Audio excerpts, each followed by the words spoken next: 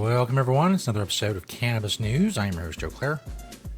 It's June 13th, 2019. It is episode 419 of Cannabis News. It means the next episode to drop after this one will be officially episode 420.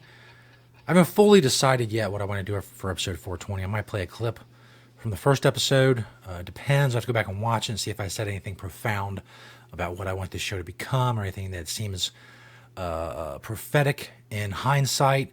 Anything that makes me look good, I'll go back and search diligently for the first episode for something like that to bring you some things, maybe some thoughts from others about the show, maybe some comments from YouTube. I don't know. We'll see. That'll be the next episode. This is the episode 420 Eve show, if you will. Today, it's going to be an interesting one too. You'll see coming up. Recent poll in New York about legalization. We'll talk about that. Also, Nevada employers can no longer ban or not hire people based on marijuana drug tests, and an interesting California appeals court ruling. We'll get into all that coming up. But first, of course, Cannabis News is brought to you by Natureside, nature-side.com, and their organic, all-natural pesticides. They've been our sponsor for 419 shows. They are awesome. Grow safe and poison-free. Don't use banned pesticides in the state that you're growing in. Be regulatory compliant in the state that you're growing in, or you may not be growing there for long. You can do all these things with Natureside, nature-side.com, a proud sponsor of Cannabis News. They are awesome. Go check them out. This first story is by Julia Granowitz over at marijuanatimes.org. Recent poll finds most New Yorkers support cannabis legalization despite lawmakers' stalling efforts. As you've known, if you follow this show or follow the marijuana news out of New York over the last few months, what started off much the same way as New Jersey, although in a shorter time span, what started off with great fanfare and potential has become really a non-event in New York. And I'm talking about adult use legalization. New poll by Siena College, or from Siena College, found that 55% of voters in New York are in favor of cannabis legalization, while only 40% are opposed. Demographically, that breaks down as much the way you would expect. Younger, more progressive / liberals, Democrats, or people who identify Democrat, are more likely to support marijuana legalization than the older, more conservative, more Republican-leaning folks. But all the age groups are moving in one general direction, and that is in favor of legalization. Do the lawmakers in New York care? Seems not. I don't know. I mean, maybe some of them care, but they're bickering over where the tax money is going to go and social equity. And in the meantime, as I said the other day when I talked about New York, and this goes in general for all the social equity people, I don't see the logic in stalling legalization to fight for social equity and continuing and letting the war on drugs continue in the way that is bad that you're fighting against.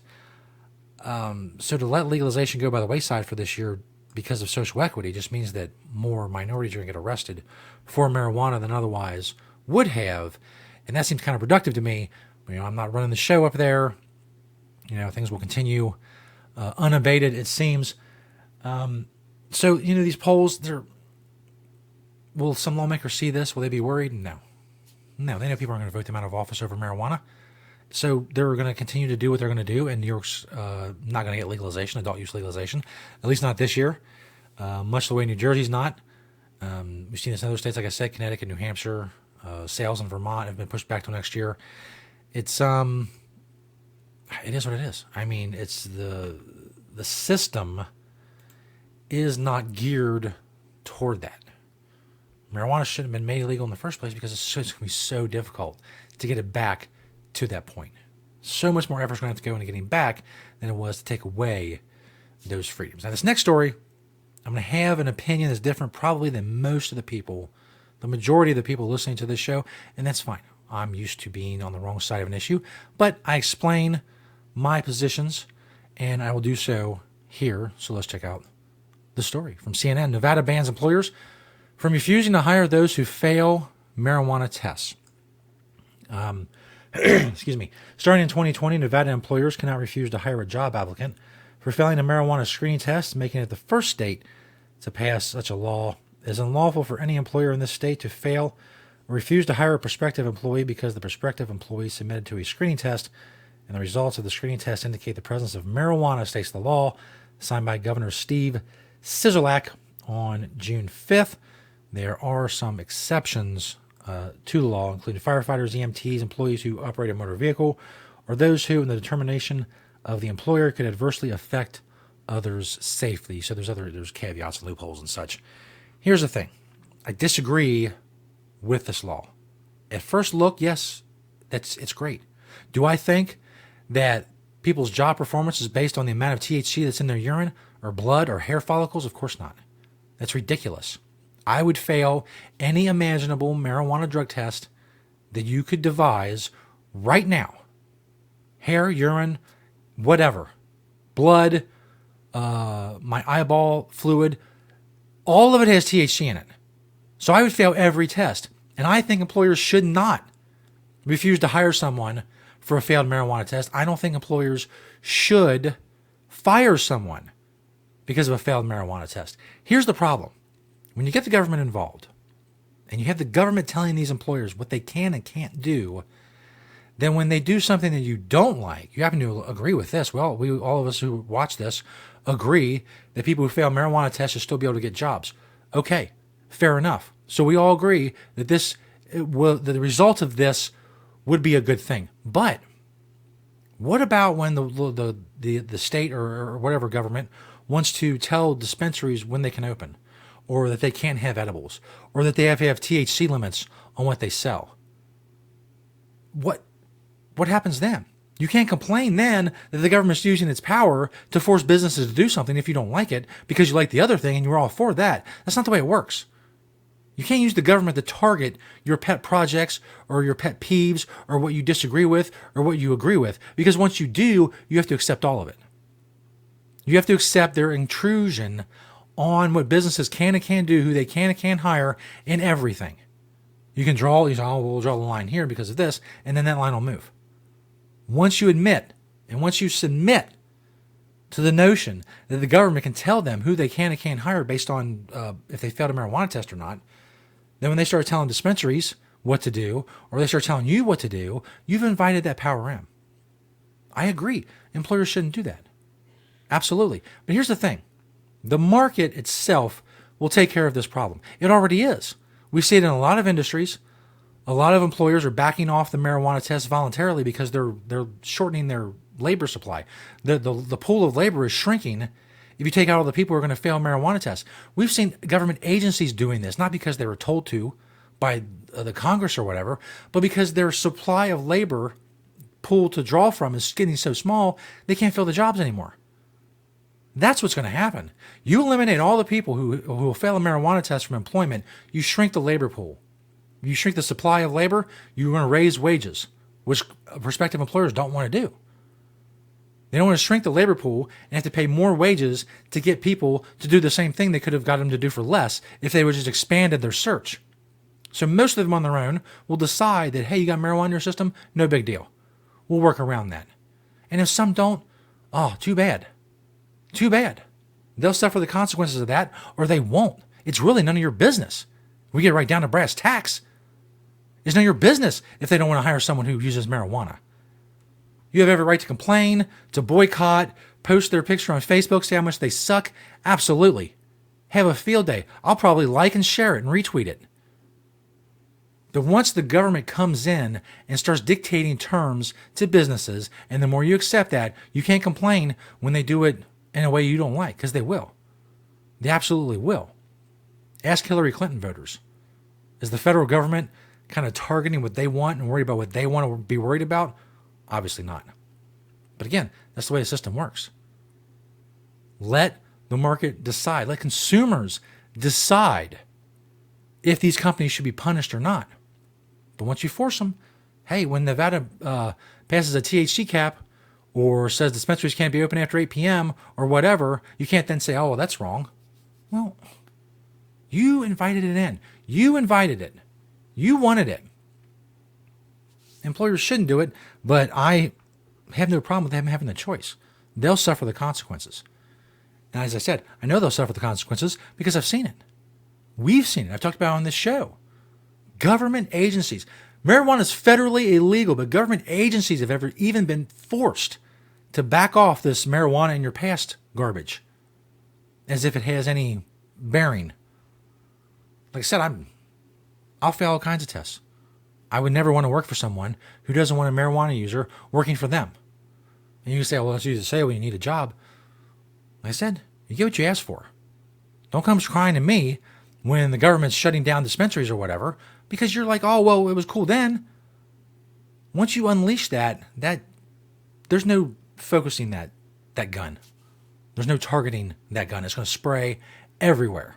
It's going to do a lot of things you hate and a lot of things you like, and you don't have to deal with it. That's on you. That's your decision. I think the market's going to take care of this, but I would suspect, if I had to predict, a lot more states and jurisdictions are going to pass something like this because it seems like the right thing to do. And like I said, on the surface, I agree with the result, but I don't agree with the means. Not in the least.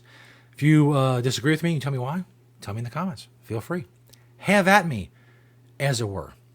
As I'm not a stranger to having alternate opinions from people, even in the cannabis community.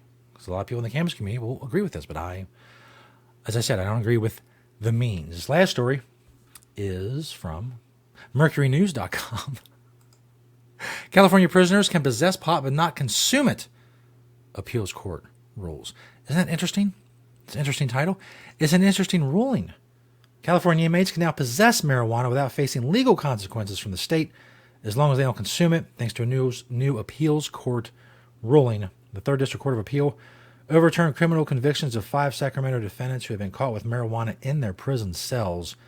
The 20-page ruling says consumption, not possession, is the act that voters determine should remain criminalized if users are in prison. The authors of California Prop 64, which passed in 2016, you may remember, did not write in anything that outlaws marijuana possession for incarcerated folks. So basically, as they put it here, if an inmate wants to keep a jar of weed next to their bunk, the district attorney can't file charges in that case. Now, obviously, the person in prison could face consequences not only federally because federal possession is illegal, but from the prison system itself, which, as they point out in the article, a lot of things are legal, but they're banned in prison, like cell phones or pornography, things of that nature, at least in theory. I'm sure cell phones and porn are not hard to come by in prison. But technically, they're legal on the outside, but banned on the inside, so they can still face repercussions from within the prison system. But possessing marijuana for a prison inmate is not a state crime as long as they don't consume it. The fact that the prison system is involved in this, and the district attorneys and other lawyers, and it's going through the court system, the 3rd Court of Appeals, they all have to decide if it's okay if a prisoner has a jar of weed by his head in his bunk as long as he does consume it. Now, I would be so fascinated to see how many resources, how many people were involved in this, how much taxpayer money was devoted to solving this quote-unquote problem whereby prisoners can't be prosecuted by the state for possessing marijuana, only for consuming it. I mean, was it pressing? Was it one of the pressing issues in California? If you made a list of 100 pressing issues in California right now, would this make the list? Can prisoners possess marijuana in their jail cells legally, at least according to state law? Now we know they can. Well, that's fantastic. I don't know what to say other than that. Another world-shaking decision has been made, and now we can move forward. For those of you prisoners who are not supposed to be watching me on a cell phone now in California prisons, hello, first of all. Second of all, possess marijuana. You might get in trouble with the prison, but the district attorney in the state, they can't do anything to you. So there's a silver lining in the dark cloud of your incarceration. So good for you. Thanks everybody for checking out the show. As I said, the next show that drops will be episode 420. Thank you all for getting us to this point. We've gotten so much bigger and reached many more people, a lot more subscribers on YouTube. It's just the show continues to grow, and that's because of you liking and sharing and commenting and helping spread the truth about cannabis with this show. Thank you for watching us today and listening, and we'll see you next time for episode 420 right here on Cannabis News.